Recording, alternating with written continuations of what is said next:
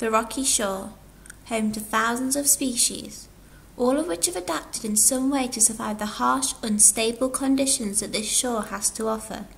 When discussing the zonation of the rocky shore, there's 4 zones to consider: the splash zone, the upper shore, the littoral zone and the sublittoral, all of which act as habitats to the species of the rocky shore. Actinia equina, more commonly known as the beadlet anemone, is usually found distributed from the upper to lower areas of the rocky shore, usually attached to something solid such as a rock. It is usually red in colour but can be green or brown. It has a round basal disc which acts as an adhesive, allowing it to cling to rocks and other substrate tightly.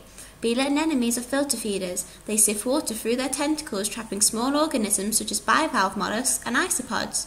When exposed, the beadlet anemone closes. However, when submerged, the anemone opens, revealing its tentacles. Here is Ulvolactuca, or sea lettuce, a green algae most commonly found in the shallow sublittoral zone or the rock pools of the littoral zone. It is bright green in colour and can grow up to 40 centimetres.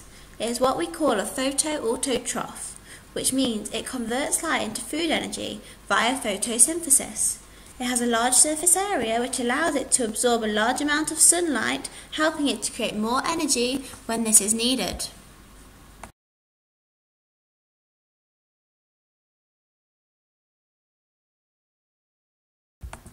Anemonia viridis, also known as the snake-lock anemone, can be found in the sublittoral zone or the rock pools of the littoral zone.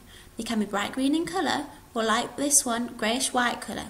Snake-lock anemones have stinging cells in their tentacles which allow them to protect themselves from threat and also capture their prey.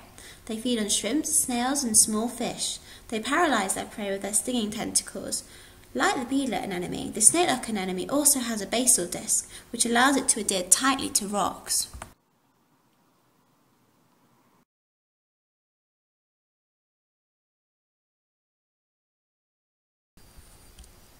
A juvenile Cantipagarus, or the edible crab, usually found beneath rocks on the lower shore, or when larger can be found in the deeper offshore waters. Like this one, they can be a brownish red colour or orange. They have black tips at the end of their pincers. The edible crab is an omnivore, meaning it feeds on both plants and animals. It can catch smaller species in its pincers.